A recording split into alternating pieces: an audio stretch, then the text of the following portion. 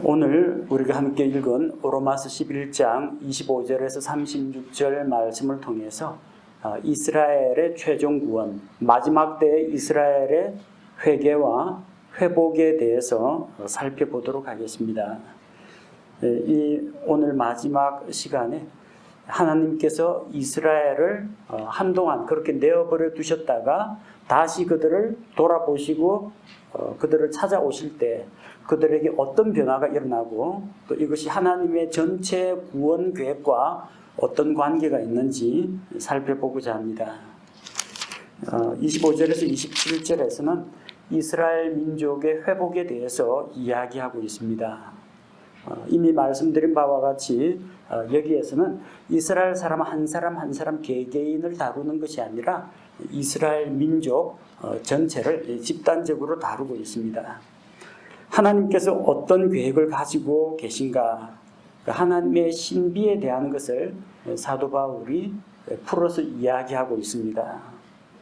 형제들아, 너희가 스스로 지혜로운 것으로 여기지 않게 하기 위하여 이 신비에 대해 너희가 모르기를 내가 원치 아니한다. 모르기를 원치 아니한다. 알게 되기를 원한다는 이야기죠. 무엇을? 하나님의 신비를 너희가 알기를 원한다는 겁니다. 신비라는 말, 신비라는 말은 미스터리라고 합니다. 미스터리. 사람의 힘이나 인간의 지혜, 일반적인 이론이나 상식으로는 도저히 이해할 수 없는 놀랍고도 신기한 현상을 가리켜서 신비라고 합니다. 그 신비는 아주 하나님의 지혜에 속한 것이기 때문에 우리 인간의 생각으로는 이해를 할 수가 없어요. 근데 하나님께서 그 신비를 우리에게 깨닫게 해주시면, 그 신비를 우리에게 계시해 주시면 우리가 알 수가 있다는 겁니다. 그래서 이 신비, 놀랍고도 신기한 이 현상은 오로지 하나님께서 가르쳐 주셔야만 알 수가 있습니다. 개역성경에는 이것을 신비라고 하지 않고 비밀이라고 했습니다. 이 비밀에 대해서, 비밀은, 신비는 미스테리, 비밀은 시크릿입니다. 비밀은 절대 공개돼서는 안 됩니다. 누설하면 안 돼요. 근데 사도 바울 지금 다 누설하고 있잖아요.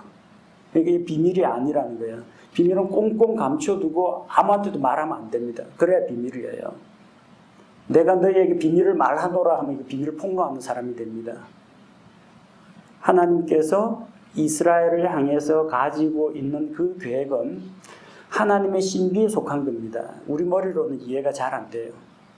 어떻게 나라 잃고 떠돌던 백성이 독립된 민족 국가를 이루었는지 우리 일반 상식으로는 잘 이해가 안 됩니다.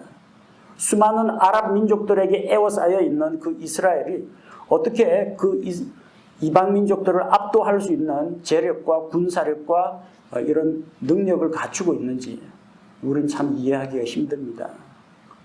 어떻게 지금 하나님께 반역하고 복음을 거부한 이스라엘이 나중에 돌이켜서 하나님을 믿고 예수 그리스도께로 돌아오는지 우리는 알 수가 없습니다. 참 그들이 돌아온다는 것은 신기한 일입니다.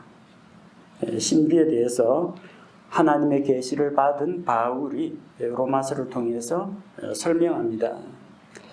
그래서 이 신비가 무엇이냐? 이방인들의 충만함이 이럴 때까지 일부가 눈머는 일이 이스라엘에게 생긴다는 겁니다.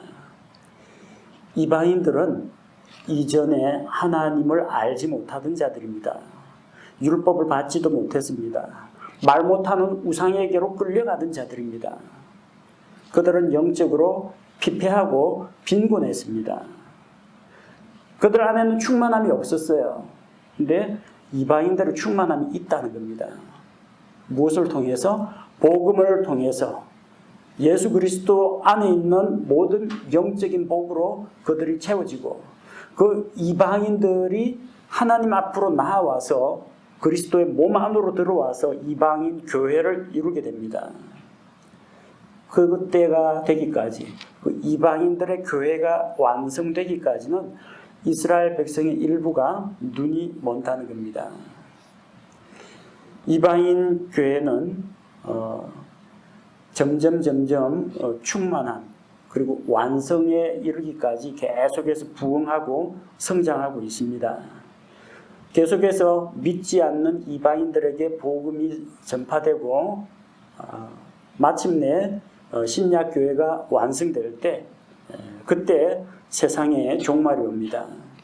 이방인 교회가 충만하게 되어서 완성되면 이제 더 이상 그리스도의 몸 안으로 들어올 사람이 없게 되면 하나님의 그 인내하심, 죄인들에 대해서 오래 참으심이 이제 끝이 나고 이제 이 세상, 현 세상의 종말이 오면은 그때 교회는 예수님 공중강림과 함께 휴거가 됩니다.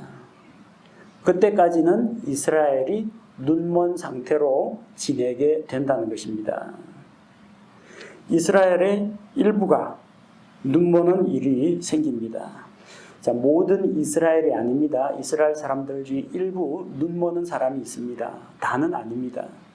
예수님의 유대인 제자들 그리고 마가 다락방에 모인 120여 명의 성도들 이런 사람들로 시작된 초창기 유대인 중심의 예루살렘 교회 이스라엘 사람이죠. 그들은 눈멀지 않았습니다. 예수 그리스도를 만나서 회복이 된 사람들입니다. 자, 일부가 눈먼다고 했습니다. 또 그리고 이스라엘이 계속해서 눈먼 상태로 계속 가는 건 아닙니다. 그들이 실족하여 완전히 넘어졌느냐? 결코 그럴 수 없느니라. 한시적으로 넘어진 것이요 한시적으로 눈이 멀어 있습니다. 언제까지 눈 멀어 있느냐? 신약교회가 휴거될 때까지 그들은 눈먼 상태가 됩니다. 자, 그렇다면은 이스라엘 민족은 언제 시력을 회복하고 눈을 뜨게 되는가? 교회가 휴거된 이후에 그들은 회복이 시작이 됩니다. 자, 신약교회가 휴거되면 땅에는 누가 남습니까?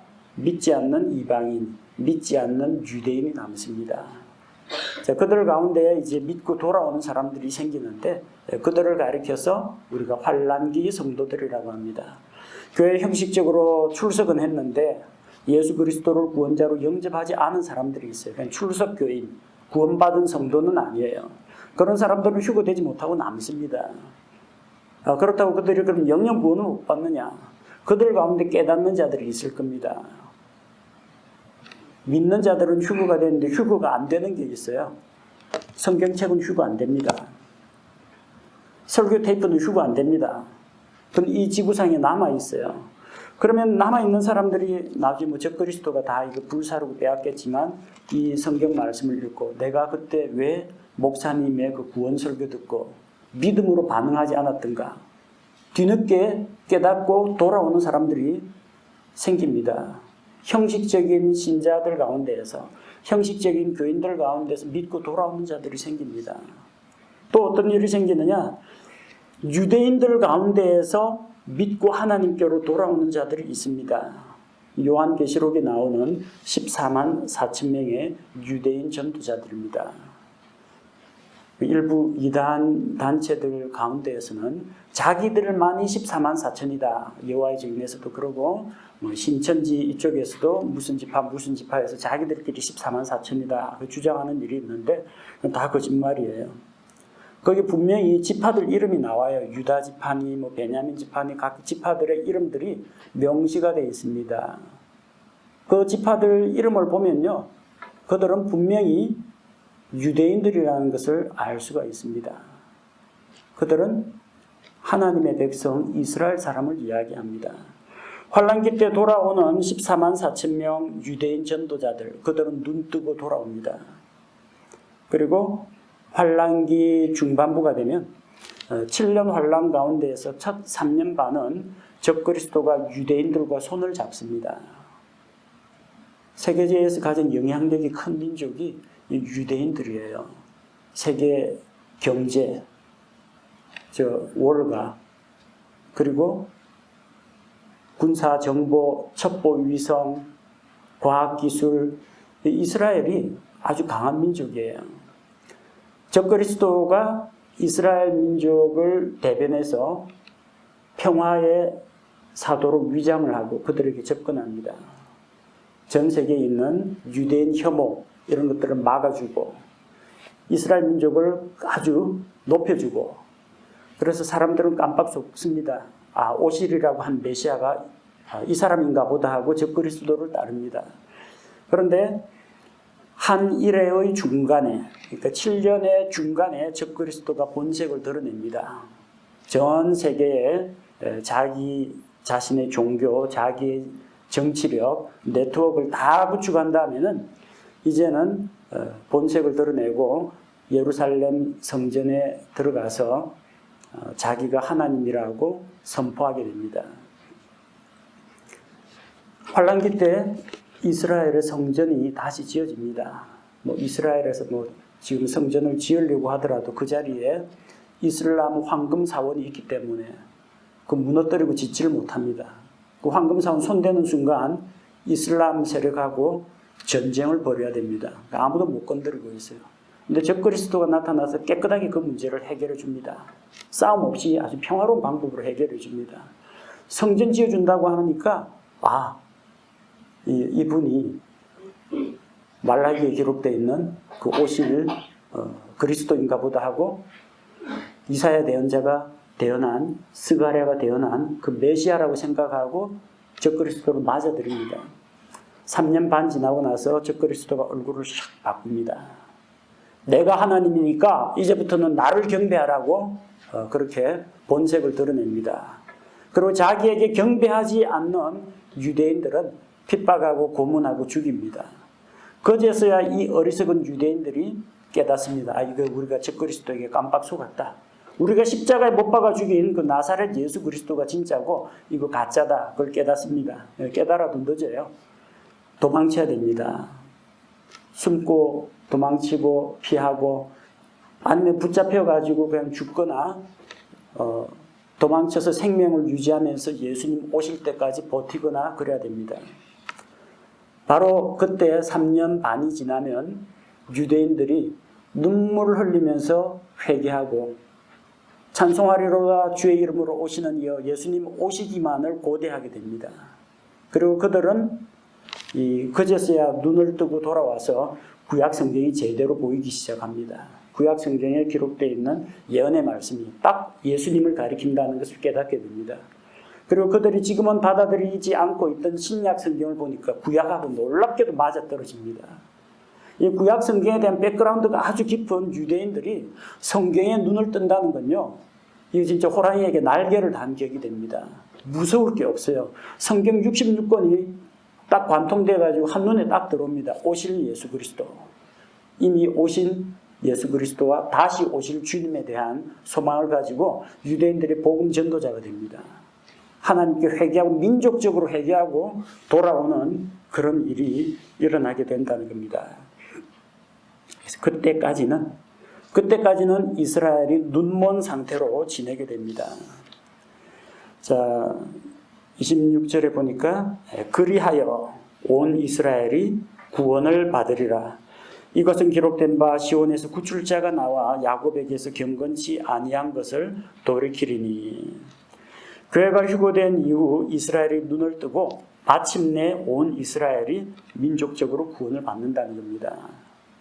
이스라엘 사람이면 누구나 다 구원받는다는 이야기가 아니라 이 민족적으로 회개하고 하나님께 돌아오는 이 마지막 때의 부흥이 일어날 때 거기 함께한 자들은 하나님의 백성이 되는 겁니다.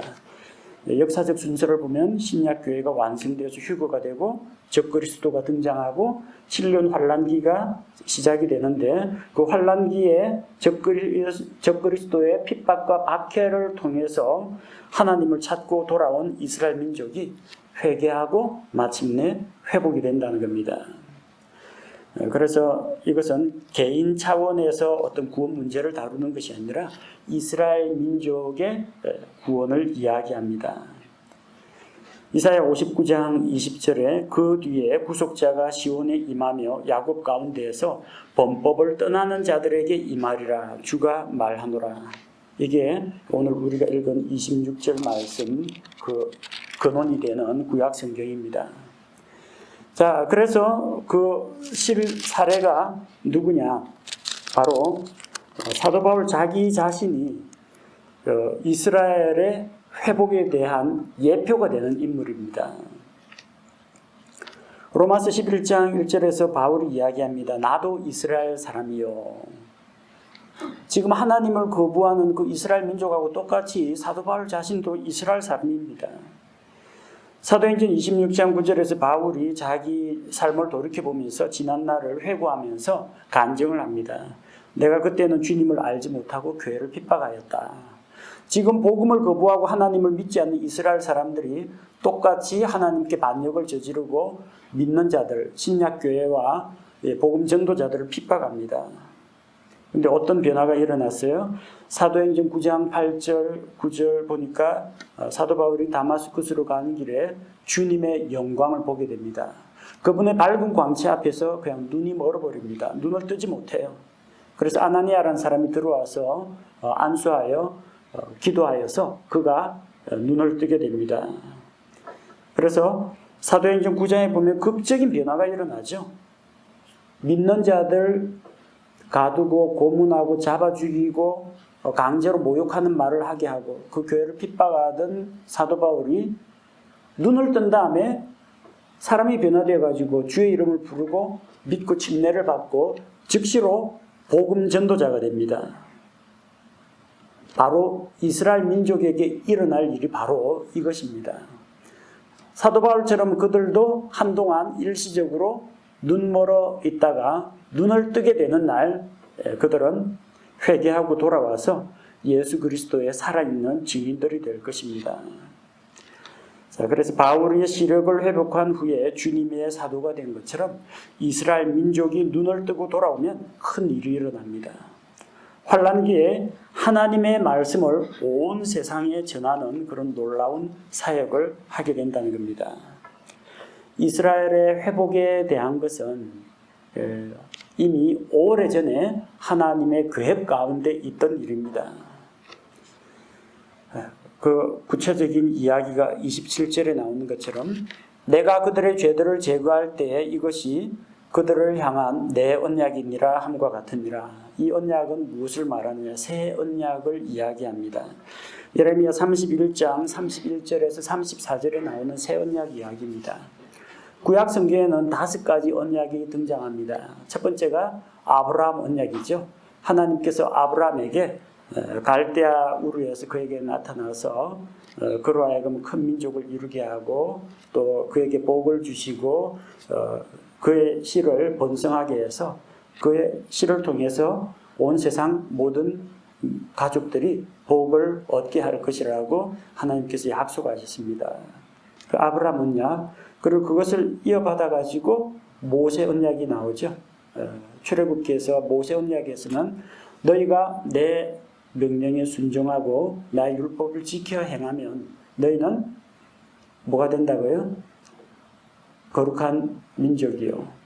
그리고 나의 특별한 보물이요. 제사장 민족이 될 것이라고 했습니다. 조건부 언약이에요. 내 명령과 율법을 지켜 행하면 그렇게 된다는. 그렇게 안 하면요. 제사장 왕국 못 된다는 이야기입니다. 그리고 세 번째 언약이 팔레스틴 언약, 땅의 언약이라고 합니다. 신명기에서 하나님께서 약속하신 너희가 이 율법의 모든 말씀을 지켜 행하면 들어가도 복을 받고 나와도 복을 받고 빵광주리가 복을 받고 가축들이 복을 받고 내 자손들이 복을 받고 너는 머리가 될 것이요 꼬리가 되지 않을 것이요. 축복의 말씀과 함께 만약 내가 이 말씀에 불순종하면 들어가도 저주를 받고 나가도 저주를 받고 그리고 질병과 기근과 그리고 전쟁으로 인해서 너희가 멸망하고 알지 못하는 땅으로 끌려갈 것이다.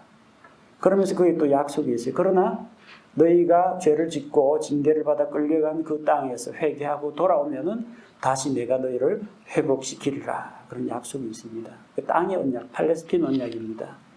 네 번째 언약이 다윗 언약입니다. 하나님께서 다윗과 언약을 세우시고 내가 너를 위하여 집을 세우고 다윗의 집을 세우고 또 너의 왕국을 견고하게 하며 그 왕국에 다윗의 씨에서 왕위에 오르는 자가 끊어지지 않게 할 것이다. 그래서 영원한 왕을 주겠다고 약속했습니다. 이 언약은 지난 시간에 이야기했지만 하늘의 해와 달의 규례가 변하지 않는 한 절대로 어긋나지 않고 반드시 이루어질 것이라고 했습니다. 이스라엘 민족 바빌론의 포로로 잡혀가면서 왕이 없었어요. 왕국이 멸망했어요. 나중에 바빌론 포로 생활에서 돌아왔을 때 바빌론과 페르시아에서 파견한 총독이 그들을 다스렸습니다. 왕을 세우지 못했습니다. 그 이후로도 이 그리스의 침략을 받고 로마의 침략을 받았는데 왕을 세우지 못했습니다.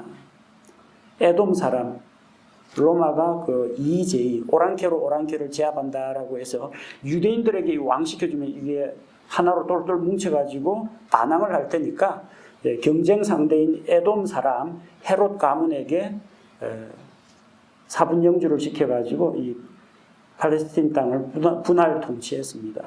왕이 없어요. 그러면 왕이 없으니까 이 약속은 끝난 게 아닙니다.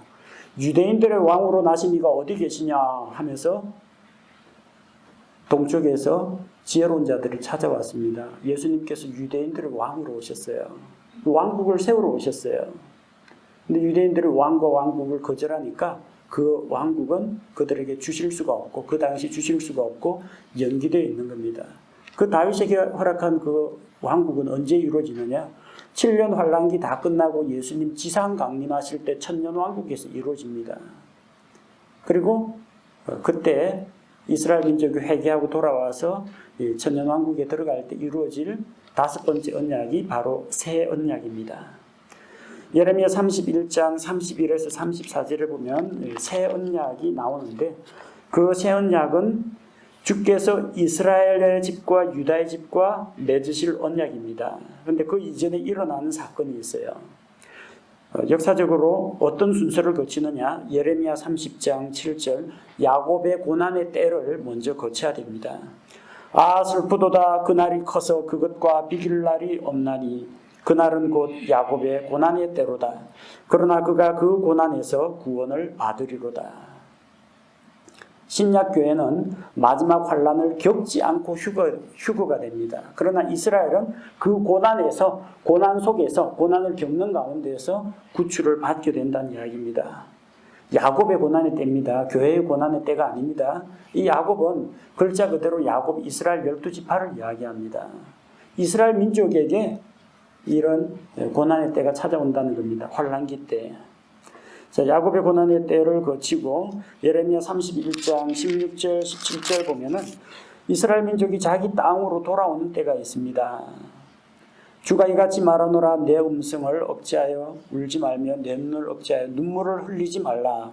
내 일이 보상을 받고 그들이 원수의 땅에서 다시 오리라. 주가 말하노라.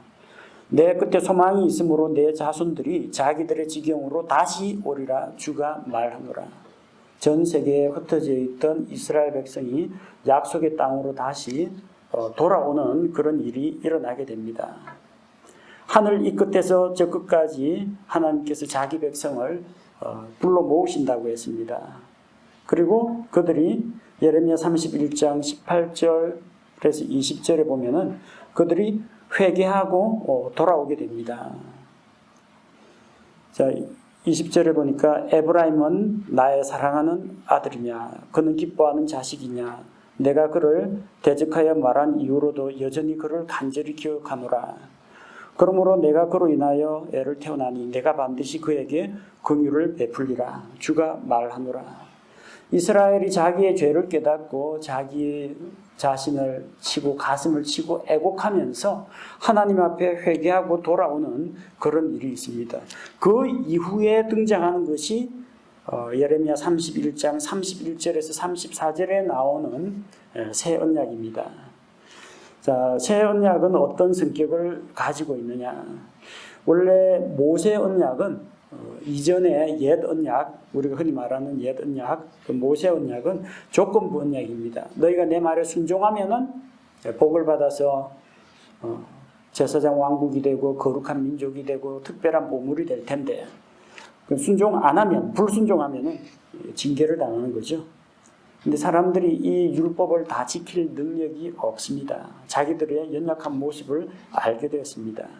이스라엘이 주의 말씀에 불순종하여 언약을 깨뜨렸고 그들은 제사장 왕국을 이루지 못했고 아브라함의 자손이라는 이 육체적인 그 가문은 가문과 혈통은 가지고 있지만 정말 하나님의 백성다운 그 백성이 되지가 못했던 겁니다. 그런데 이번에는 하나님께서 그들의 연약함을 아시고 33절에 나오는 말씀 예레미야 31장 33절에 나오는 말씀처럼 하나님의 법을 그들의 중심에 기록해서 그들이 주의 백성이 되게 하겠다. 확실하죠?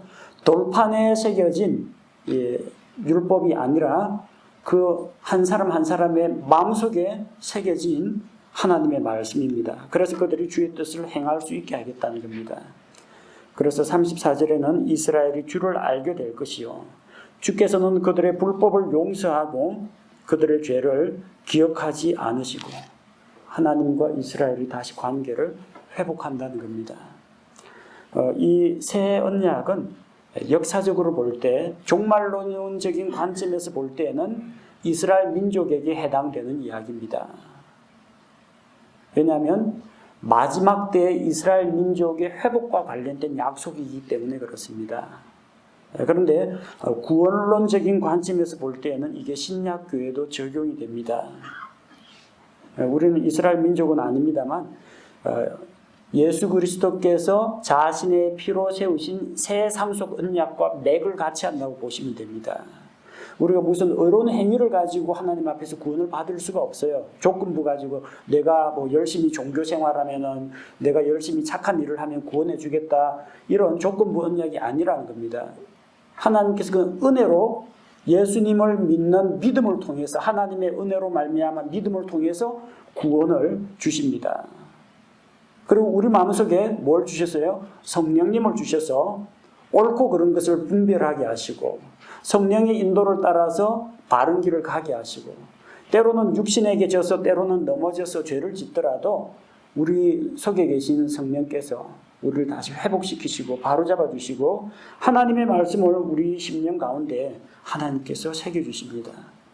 주님께서 우리의 불법을 완전히 용서하시고 예수 그리스도께서 십자가에서 흘리신 피로 우리의 모든 죄를 대속함으로 말미암아 우리 죄를 기억지도 않으신다고 약속하셨습니다. 곧 신약교회 성도들에게도 해당되는 약속이라고 할 수가 있습니다. 이 새 언약에서 하나님께서 이미 예레미야 대언자를 통해서 말씀하신 것처럼 이스라엘 민족은 돌아올 것이 이미 하나님의 계획 가운데 들어 있었다는 이야기입니다.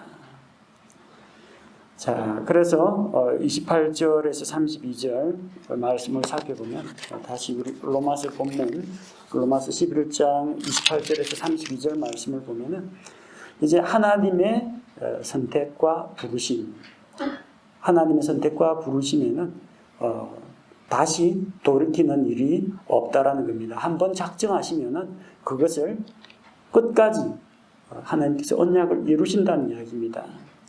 지금 현재 이스라엘은 복음에 대해서는 복음을 대적하는 원수로 행하고 있습니다.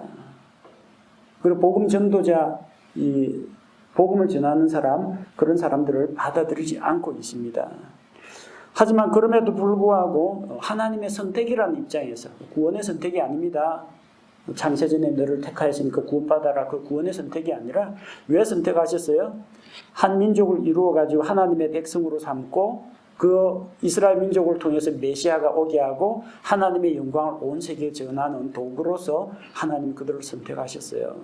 선택에 대해서는 그들이 조상들과 하나님 사이에 맺은 언약 덕분에 하나님의 사랑을 입은 자라는 겁니다. 비록 지금은 복음을 받아들이지 않고 이스라엘을 거부하고 있지만 하나님의 선택은 다시 돌이키는 게 없어요. 내가 택했으니까 끝까지 너희를 사용하겠다. 이게 하나님의 계획입니다.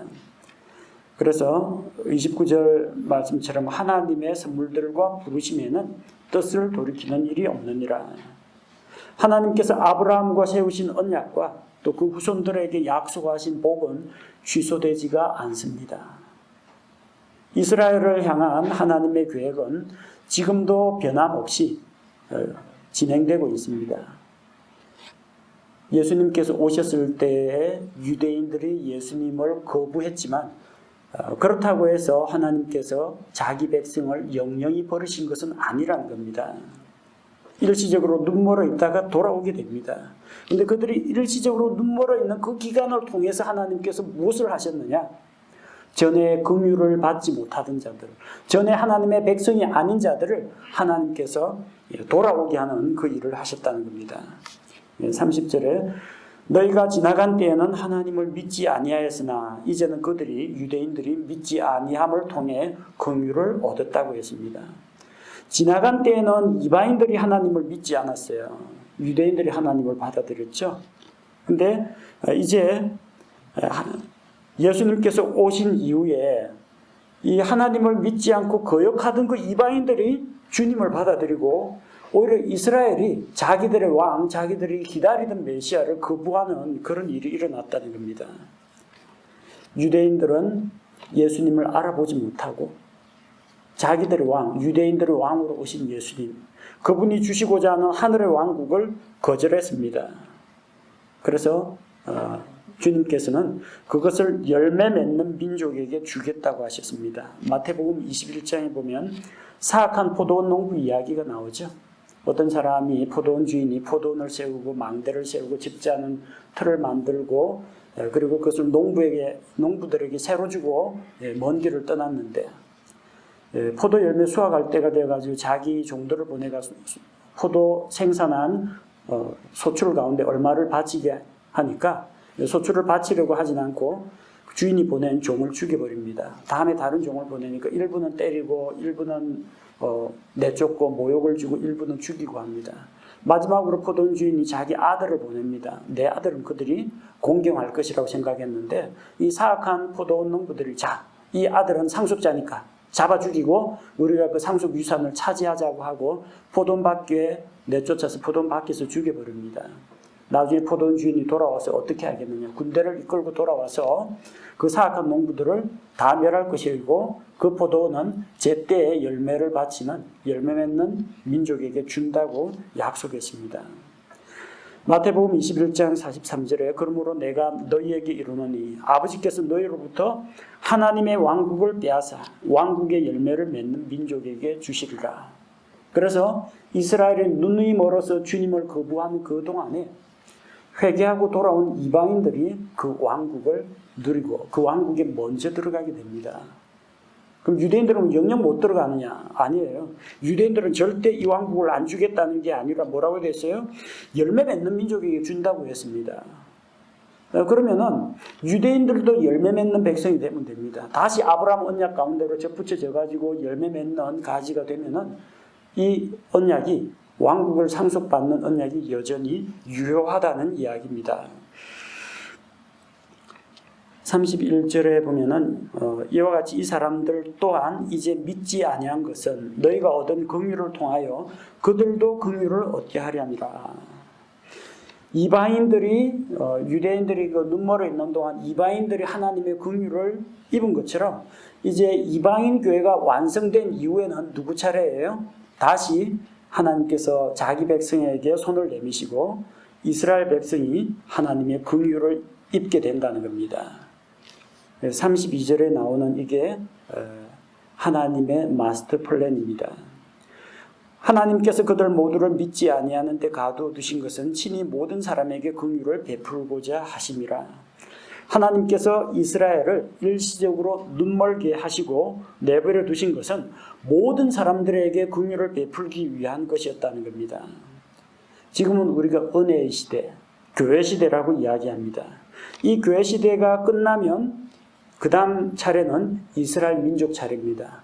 이제 이스라엘 민족이 회개하고 주께로 돌아오게 된다는 겁니다. 그래서 결국은 마침내 유대인이나 이방인이나 모든 사람이 하나님의 긍휼을 입게 된다는 겁니다. 우리가 앞서 로마서 1장에서 3장에서 유대인이나 이방인이나 다 죄 아래에 있다. 율법의 저주 아래에 있다. 그렇게 배웠었죠. 그런데 예수 그리스도를 통하여 하나님의 그 마스터 플랜, 온 인류를 구원하기 위한 그 계획에 의해서 이 이스라엘이 눈먼 동안에 이방인 교회가 먼저 구원을 받고 그다음 환란기를 통해서 이스라엘 민족도 다시금 하나님께로 돌아오게 되고 결국 하나님의 긍휼이 유대인에게나 이방인에게나 다 임해서 믿음으로 하나님의 은혜를 받아들이는 자들이 다 하나님께 돌아오는 이 일이 일어난다는 겁니다. 놀랍지 않습니까? 하나님께서 이렇게 원대한 계획을 가지고 인류 구원을 추진하고 계신다는 겁니다. 자, 이런 놀라운 지혜를, 하나님의 지혜를 깨닫게 될 때 사도 바울은 하나님께 오로지 감사와 찬양밖에는 드릴 것이 없다고 고백합니다. 오 깊도다 하나님의 지혜와 지식의 부요함이여 그분의 판단들은 헤아릴 수 없으며 그분의 길들은 찾지 못할 것이라. 하나님의 지혜, 온 세상 모든 사람들에게 은혜를 베푸시고 유대인이나 이방인이나 돌아오게 하시는 하나님의 이 놀라운 계획을 그는 찬양을 합니다. 이 세상 누가 이런 먼 미래의 일을 내다보고 이런 일을 설계했겠습니까?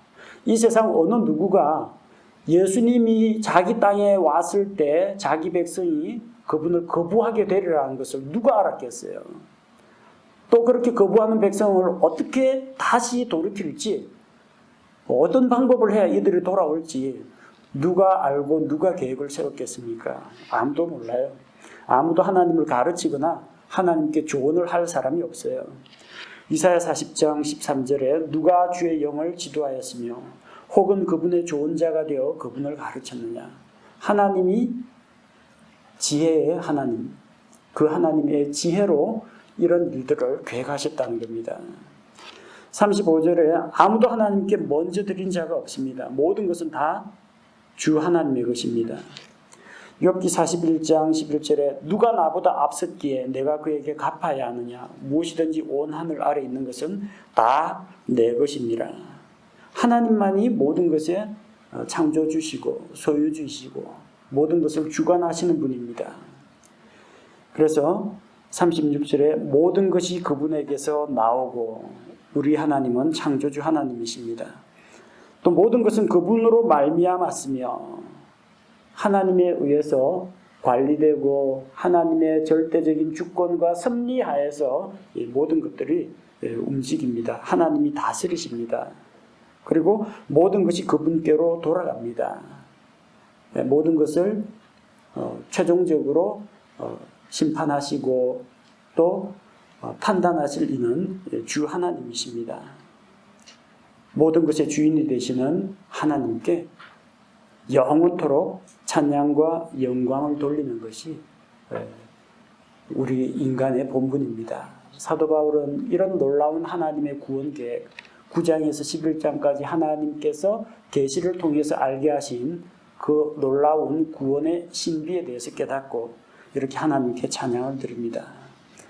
우리도 하나님의 그 놀라운 계획 가운데 한 부분으로서 우리 각 사람이 주님을 만나서 구원을 받았습니다. 감사드려야 됩니다. 지금은 이스라엘 민족이 복음을 대적합니다만 그들은 하나님께서 하나님의 사역자로 선택하신 민족입니다. 그래서 그들이 속히 회개하고 하나님께 돌아오도록 우리가 그들을 위해서 기도할 필요가 있습니다.